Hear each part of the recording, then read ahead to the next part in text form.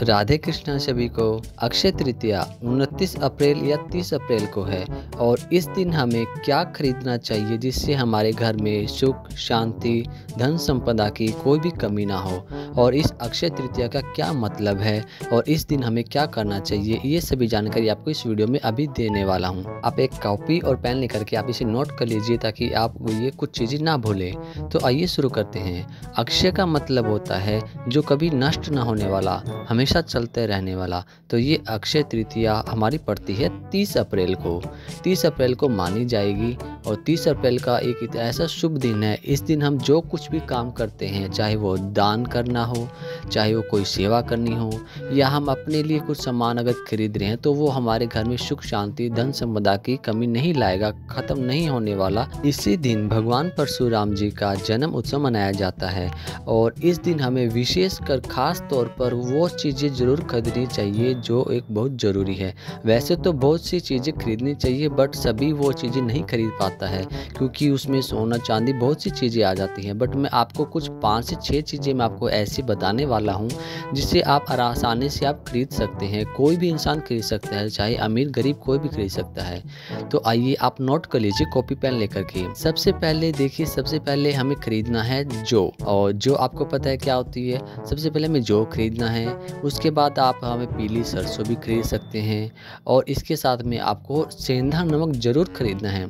लेकिन उस दिन ध्यान रखें कि सेंधा नमक का उपयोग खाने में नहीं करना है आपको, लेकिन उस दिन आपको खरीद के ज़रूर लेके आना है अपने घर में। और इसके साथ में आपको कॉटन रुई आपको घर में ज़रूर खरीद के लेके आनी है। और इसके साथ एक विशेष रूप से जो चीज़ है जो माँ लक्ष्मी मैया को बहुत ही प्रिय है, वो है कौड़ी। कौड़ी माँ लक्ष्मी का प्रतीक होता है और उस दिन हमें ज़रूर से ज़रूर खरीदना चाहिए और हमें वो खरीद करके हमें हमारे जो पूजा घर है उसमें रख के उसकी पूजा करनी चाहिए माता लक्ष्मी को ध्यान करते हुए। और इसके साथ क्योंकि ये साल आपको पता है कि मंगल का साल है, तो इसलिए हमें मिट्टी से रिलेटेड कुछ चीज़ें खरीदनी चाहिए। अगर आप एक मटका खरीदते हैं तो आप मटका खरीद सकते हैं। अगर आप मटका नहीं खरीदना चाहते तो आप जो छोटे दीवे होते हैं और एक छोटा जो लोटे जैसा एक डिजाइन का बना हुआ होता है, हम वो भी खरीद सकते हैं। तो वो मिट्टी का पात्र हमारे लिए आ जाएगा। तो ये हमारी कुछ 5 से 6 चीज़ें हैं वो हमें ज़रूर से ज़रूर खरीदनी चाहिए। और इसके साथ में हमें और कुछ भी हमें सेवा करनी चाहिए जो हमारे लाइफ में कभी ख़त्म नहीं होने वाली। चाहे आप दान कर सकते हैं। जो जो चीज़ें मैंने आपको बताई वो चीज़ें आपको ज़रूर से ज़रूर खरीदनी है हर हालत में, क्योंकि देखो धन संपदा सुख शांति समृद्धि हमें चाहिए और हम इस चीज़ को आज के दिन लाते हैं क्योंकि आज का दिन बहुत ही शुभ होता है। ये वो 5 चीज़ें हैं जो हम आसानी से खरीद सकते हैं। हर कोई व्यक्ति आसानी से आसपास की दुकान से खरीद सकता है। लेकिन अगर आपके पास कुछ और ज़्यादा पैसा है, आप थोड़ा और पैसा लगा सकते हैं, तो आप और कुछ चीज़ें भी खरीद सकते हैं जो इस दिन शुभ माना जाता है। जैसे कि मैं आपको बताता हूँ, आप सोना खरीदते हैं, सोना के में आप कुछ भी खरीद सकते हैं, बाली अंगूठी जो भी आप अपनी इच्छा अनुसार खरीद सकते हैं वो खरीद लीजिए।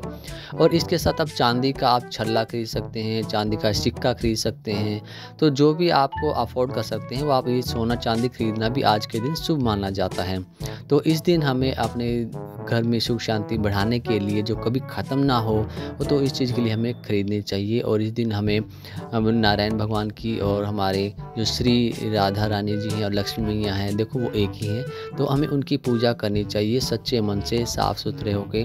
और इसके साथ हमें क्या चीज़ नहीं खरीदनी चाहिए और हमें क्या क्या चीज़ें दान करनी चाहिए, अगर आप ये सब भी जानना चाहते हैं तो कमेंट्स में ज़रूर लिखना कि हमें और नेक्स्ट पार्ट वीडियो बना के दीजिए कि इस दिन हमें क्या नहीं खरीदना चाहिए और हमें क्या दान करना चाहिए। वो सब भी मैं आपके लिए वीडियो बना दूंगा। सो मिलते हैं एक और न्यू वीडियो में। राधे कृष्णा सभी को।